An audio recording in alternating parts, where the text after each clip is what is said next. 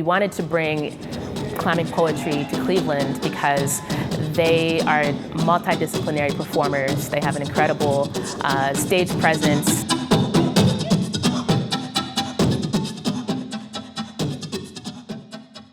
We thought it was a perfect opportunity to partner with our neighbors right down the street at the East Cleveland Public Library. East Cleveland is the place where I had my childhood, but I came to adulthood in Brooklyn, so to have these particular women here who are part of my extended tribe of artists in Brooklyn is really meaningful, because what they do is what libraries are really about.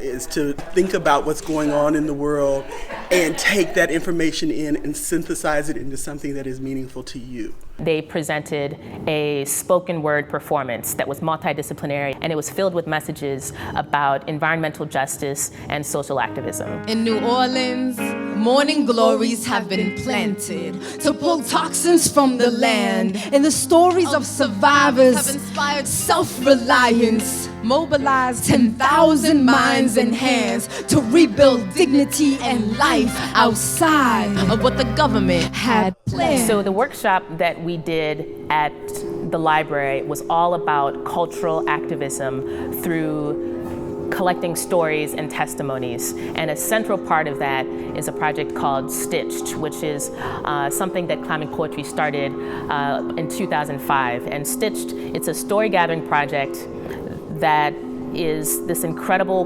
multicolored tapestry that holds more than 10,000 stories, testimonies, intentions, truths, confessions, healing expressions, and dreams that are written by audience members and workshop participants from people all over the world. Petals folded like dreams of lotus that bloomed in murky water. So what I think of when I see the red and all of what it's really sharing, because I've always been a really big fan of the Venus of Willendorf, because she's a full body goddess. And I can remember so many times being raised how being a big girl was an issue. There have been big people on the planet forever.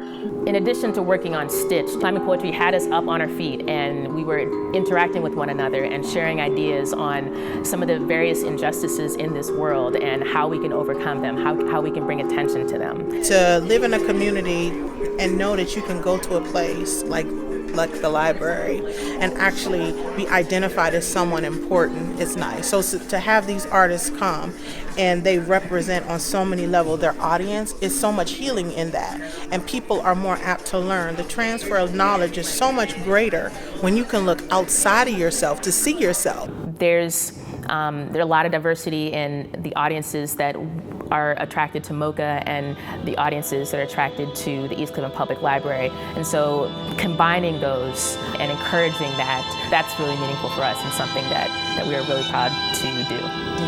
Destiny will give birth to itself, re-spiraling the cycle of the universe's chest rising. With each breath, will we be there to exhale?